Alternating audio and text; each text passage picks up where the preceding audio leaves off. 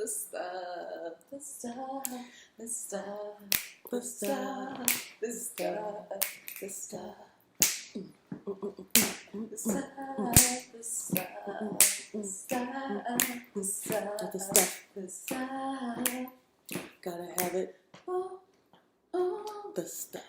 Oh, oh.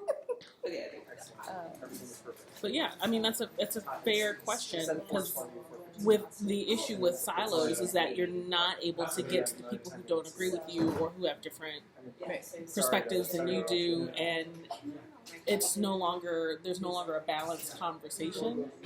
It's all extremes. Everybody's on one polar opposite side of the other and yelling across a chasm at each other. And relying on constructive narratives, many of which we didn't actually construct. You know what I mean? Like that. So to talk about systemics, like those narratives come from systemics, and they parcel them out to different parts of people. Yeah. Right. So even my shorthand is problematic when I say, "Oh, some kid in Indiana."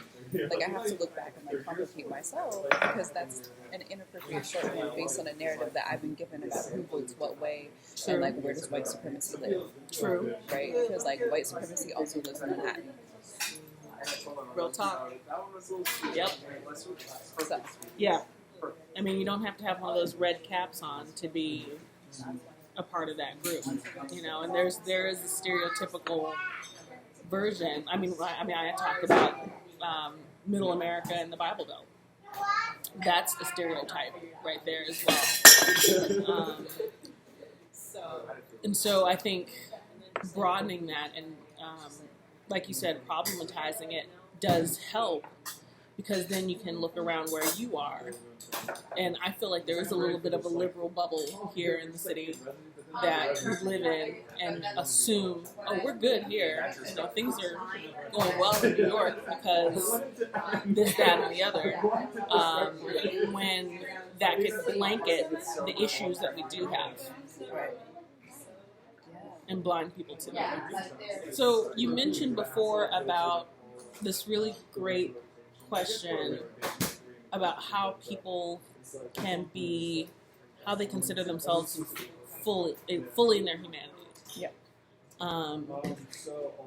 And I think that a lot of people have responded to the 45th and his choices by connecting to other people that they wouldn't otherwise connect with, like saying we are Muslim or we are the immigrants, or going to the airport and being there with people during the band, and this concept of who I am is becoming tied up with other marginalized groups. At the same time, I remember, like with the Women's March, for example, that happened after the inauguration, there was this one article about a woman who was like, here's why I'm not going to the march. And she felt like all of her fully human being self could not be accepted at the march. And that there were other people, other groups of people who might not feel accepted at the march. And she saw that problem as reason enough to stay out of it.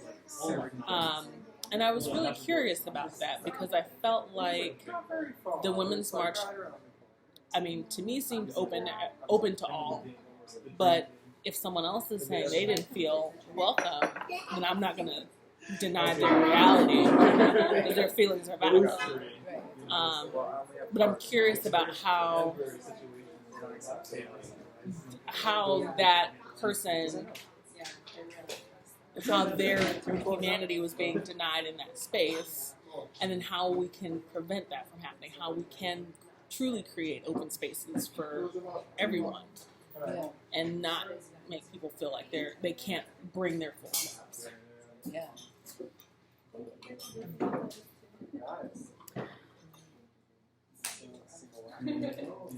Can you, like, I have an idea of my experience with that, but I wondered if you could say more about how that would look outside of a moment, right? So a march is like a moment, but like, how does it look? How do you sustain that momentum? Because what I hear when I hear someone say that they don't feel welcome, what they're saying is there's not a context around that moment that would otherwise hold them, but they're expected to show up in the moment and feel safe. Okay. And that's what I hear. When I hear that message. But I wondered if you could maybe like unpack that. Well, I think that with the Women's March, it was a response to a specific, like, it was a response to Trump becoming president, specifically. And I think that I'm thinking about the way that Black Lives Matter started with a Facebook post in reaction to Trayvon Martin. And it became, over time, what it is today, which is more than just people out protesting, and it's more than just a hashtag. But I think that took time, that took a lot of people getting involved and organizing and becoming and creating structure around a series of moments. So I feel like it's the kind of thing with the Women's March, for example, that has to have a sustained momentum and a direction and not just be reactionary, but also have an agenda and goals and ways for people to get involved that aren't just marching in the streets. I'm not sure, actually, because I haven't followed up with it, but I don't know what's come out of that moment. Like, there were women's marches around the world, and it was this really amazing moment, but I don't know where all that momentum went. Like, what's going on with it, you know? Do you think that you could call that infrastructure community and like accountability? Because I think what I hear is like Black Lives Matter became like there's marches and there's like we're gonna sit down together and we're gonna strategize and here's a list of demands and here's how I'm gonna show up for you, and like there were multiple opt-in levels, right? Yes. There's like a system of accountability, right? This is who we not even about hierarchy, because sometimes we confuse hierarchy with accountability, but in a system of accountability, these are the moments that we're going to show up for. This is why we're showing up. This is like your statement. And a lot of the criticism, ironically, has been that there isn't an infrastructure, which is really a criticism of there not being a hierarchy. Right. But there is a system of demands. There's a vision. There's a spiritual and aesthetic guiding belief system. Right. There's an ideology. And I wonder if what you're asking is like, is there that level of ideology that will come out of, or is there that level of community and accountability that could go around the Women's March? And I think if I go back to what I hear when I hear the concerns about being able to show up fully, what I hear is that some of us are being asked to march with people that we might not otherwise be in community with, and that we would like to be in community with and like to be able to trust. But for some people, that's a lot to ask. Yes. The reality for me, like I went to the march here in New York, and I went by myself, and so I watched.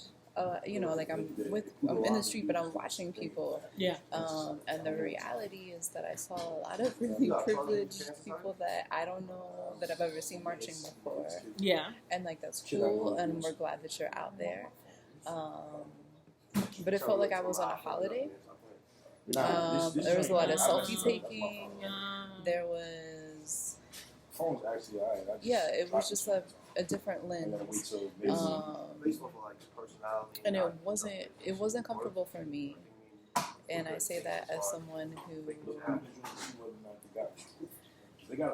you know, like I'm in grad school and I'm light skinned and like I'm not always the locus of like stereotypes, and yet for white supremacy it doesn't really matter, right? Like it sees what it wants to see. Yes. And I can understand how it would not feel safe for other people because I didn't feel safe. Yeah. You know what I mean? And I think we have to be real about that. That like if I was less straight appearing, what would it feel like? Or what if I was a mother with 2 kids? Would you still have welcomed me? Or, you know, there's different points of assumption that white supremacy makes about bodies and about people and about whether or not they are quote unquote informed enough to be in the political sphere. Sure. So that critique, in that critique, what I hear is like, I want to trust you, but I don't know if I can because you don't show up for Black Lives Matter, or you don't show up for these other experiences, and I want to trust you, but I don't know if I can. Yeah, I can feel that.